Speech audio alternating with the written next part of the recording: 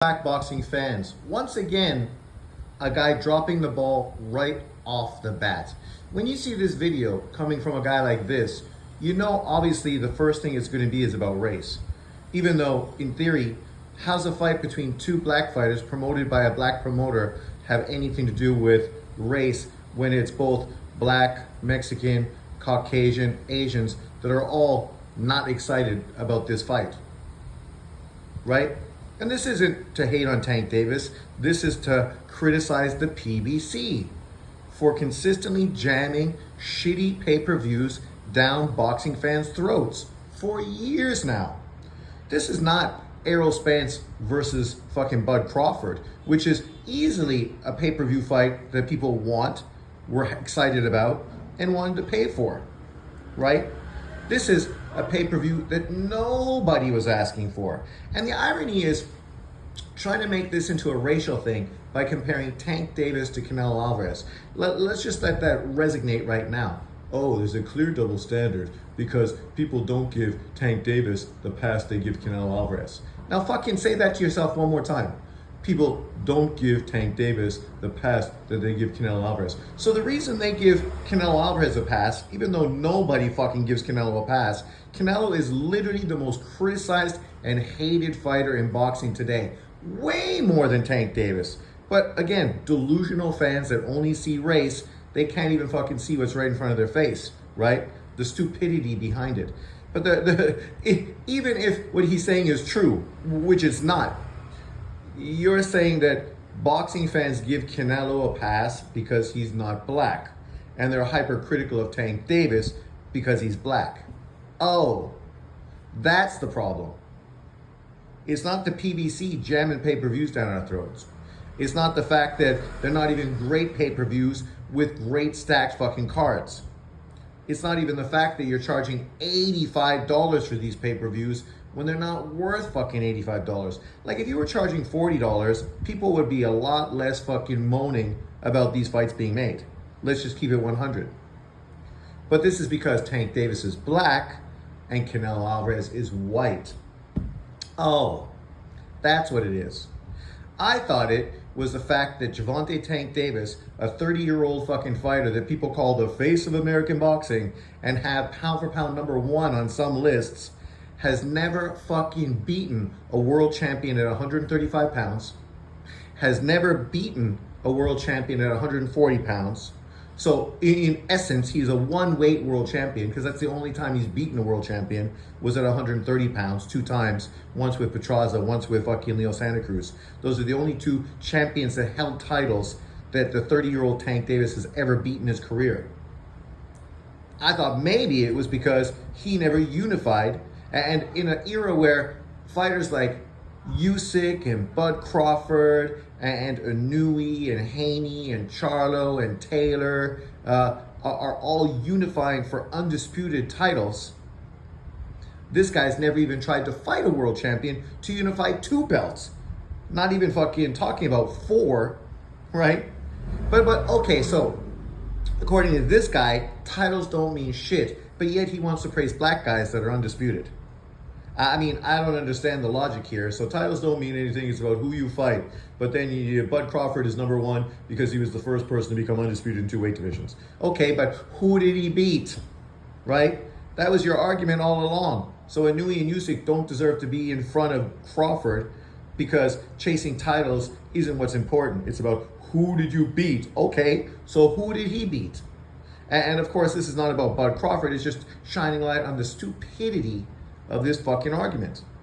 Because the truth is, you want to fucking dangle Bud Crawford's pound for pound number 1 ranking based on world titles, not based on resume, because the one thing Crawford has always been criticized for was his resume, right? And even with Canelo Alvarez, who nobody criticizes his resume because it's leaps and bounds better than every single active boxer in the sport today. But when he was pound for pound number 1, still it was a racial thing.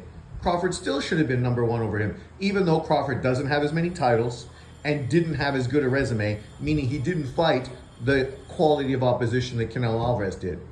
So let that resonate for a minute.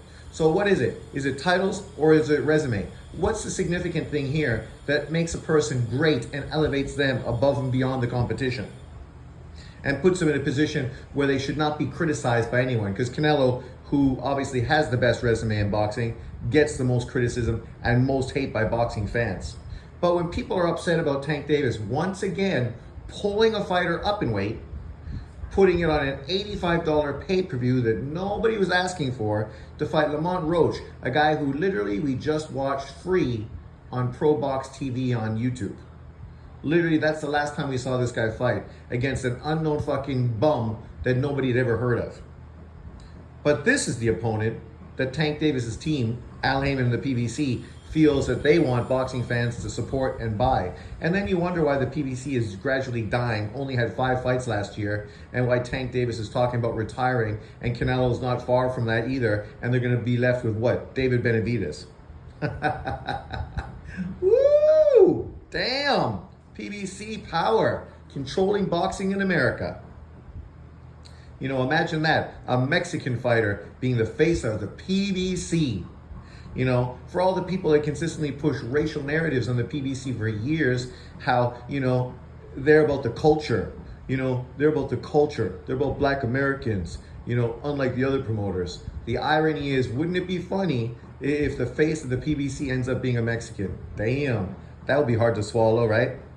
But let's put this into context. So it's racial because Canelo's given a pass and Tank Davis is heavily criticized. And we're trying to compare what Canelo's done recently, even though he's 35 years old, 5 years older than Tank Davis, and has fought Hall of Famers, has become undisputed in the weight division, has unified in every single weight division except 175 pounds, where he's won a title. Tank Davis has never become undisputed, never beat any Hall of Famers. At this point, maybe in the future, somebody he faced will be a Hall of Famer. Probably only Leo Santa Cruz. I don't see who else potentially could be. And never unified. And never fought a world champion at 135 or 140 pounds. Right? Like, people are so in their feelings that Canelo's not fighting David Benavidez. But literally, he's fought everybody else consistently. And now when he's talking about fighting Charlos, people are upset because they feel Charlo can't win, even though they're the ones pushing Charlos for the last 10 fucking years, right? And then when these guys get the fights, all of a sudden you find ways to discredit Canelo Alvarez for fighting them. But we're trying to find ways to credit Tank Davis for fighting guys like fucking Lamont Roach, Frank Martin, a 28-year-old fucking prospect, the guy that Ryan Garcia, never been a champion, was always considered fucking overrated and had never really done anything outside of a victory against Luke Campbell. The same Luke Campbell Lomachenko got 0 credit for. So how much credit are you going to give fucking Ryan Garcia? Let's put it in perspective. And then, you know, Humberto Gonzalez or Humberto Ruiz or whoever the fuck the guy was that came up from 135 to get knocked out. And then who? Fucking Rolly Romero, recognized by everybody as the biggest bum-ass fucking boxer in the world, and used consistently when you want to discredit titles and say even Rolly Romero was a world champion. Of course, Isaac Cruz, a guy that had multiple losses before he fought Tank Davis, went on and beat Rolly Romero. That was the big win of his career, and then just got fucking outed and exposed by Rayo. I mean, this is hate. Or do we expect Tank Davis to do the same things we expect everyone to do? Unify titles against other world champions, try to become undisputed, try to prove you're the best in your weight division. That's it. The same thing you expect Canelo to do, the same thing we expect Tank Davis to do. You're criticizing Canelo for fighting Ryder. He's mandatory. For fighting Munguia. I don't know if Munguia was his mandatory, but Berlanga, I think, was his mandatory. So literally, he's fighting guys that are mandated by the sanctioning bodies for him to fight. Tank Davis is fighting guys that aren't fucking mandated. Lamont Roach, 130-pound champion, was not mandated by anyone. Fucking that other Garcia dude, who was a champion at 130, wasn't mandated by anyone. Rolly Romero, maybe he was mandated, but I don't fucking even understand why. Well, I do, sorry, WBA. in Al Haymon's pockets, collecting payola to fucking put PBC fighters first. Ryan Garcia, he wasn't at 135, he was at 140. So obviously he wasn't mandated, but we understand that fight. Money, money, money, money. If it makes money, it makes sense. We say that with everything. And we're going to hold true. I don't hate on a fighter for getting fucking paid. Because why would I? But once again, trying to defend Tank Davis for doing what he's consistently done, not give boxing fans what they wanted. The irony is, and if you go back a little bit, you remember Floyd Mayweather was the one that was being criticized and criticized and critiqued as the guy that was protecting Tank Davis, the guy that wasn't allowing Tank Davis to take the big fights. It was all Floyd Mayweather's fault. But once, of course, Tank Davis left Floyd Mayweather, this is straight out of the mouth of fucking knockout boxing. Once Tank Davis left Floyd Mayweather, then of course all the doors were going to open and he was going to be able to fight every top fighter in and around his weight division. Yet that still hasn't happened. We're still waiting for him to fight somebody.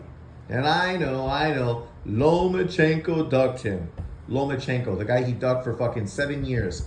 Lomachenko, the same guy that had to leave 130 pounds because none of the champions, including Tank Davis, wanted to unify him with at that weight division. So forced the small fighter to go up to 135 where at least people were willing to fight him, right? But this is about race.